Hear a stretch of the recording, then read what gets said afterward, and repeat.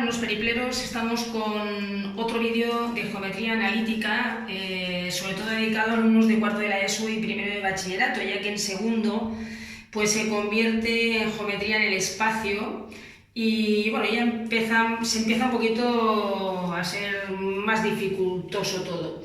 En principio, aquí seguimos con la geometría en el plano y vamos a ver, digamos, el último vídeo dedicado a ello.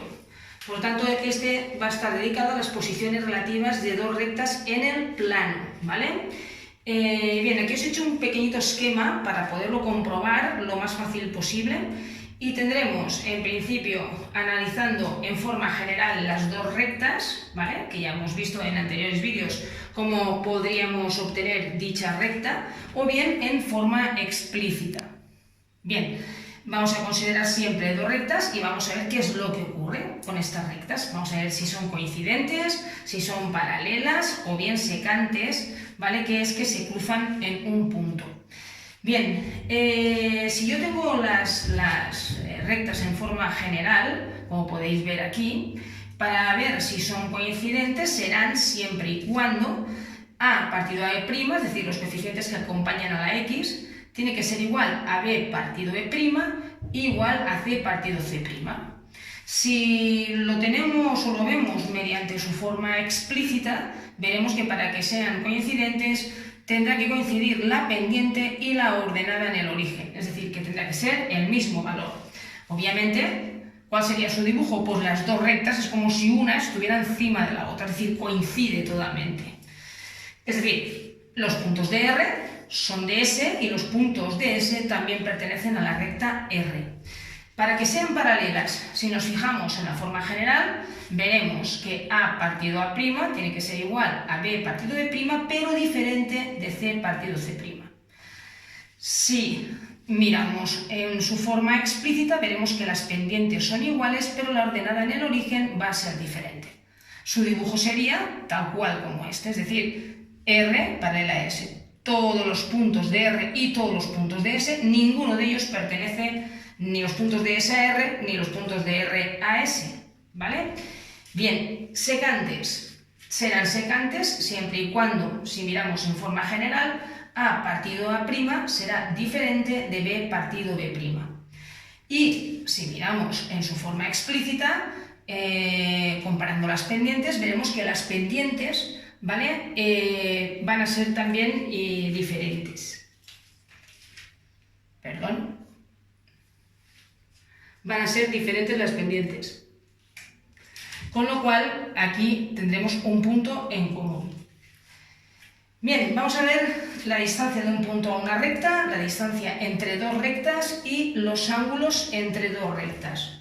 La distancia punto recta, tendremos siempre un punto, yo le he llamado sus componentes P1, P1 y P2, y la recta en forma general, AX más BY más C igual a 0.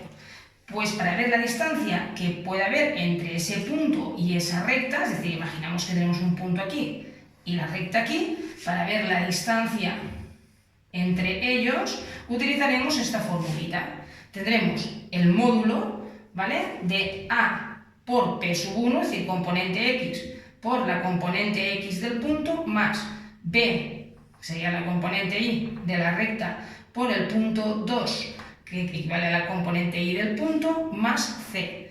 Y todo ello dividido entre la raíz cuadrada de A al cuadrado más B al cuadrado. Si todo esto de alguna manera lo operamos, sacaríamos la distancia. Distancia entre dos rectas. A ver, aquí la distancia entre dos rectas puede ser de muchas maneras. Puedo tener la distancia entre dos rectas aquí. Obviamente la distancia, por ejemplo, de esta recta, de este punto a este punto, es diferente a lo mejor que de este a este. Obviamente ya lo vemos, ¿no? Pero cuando son paralelas, yo lo que he querido hacer es poner uno de los casos, que es cuando son paralelas.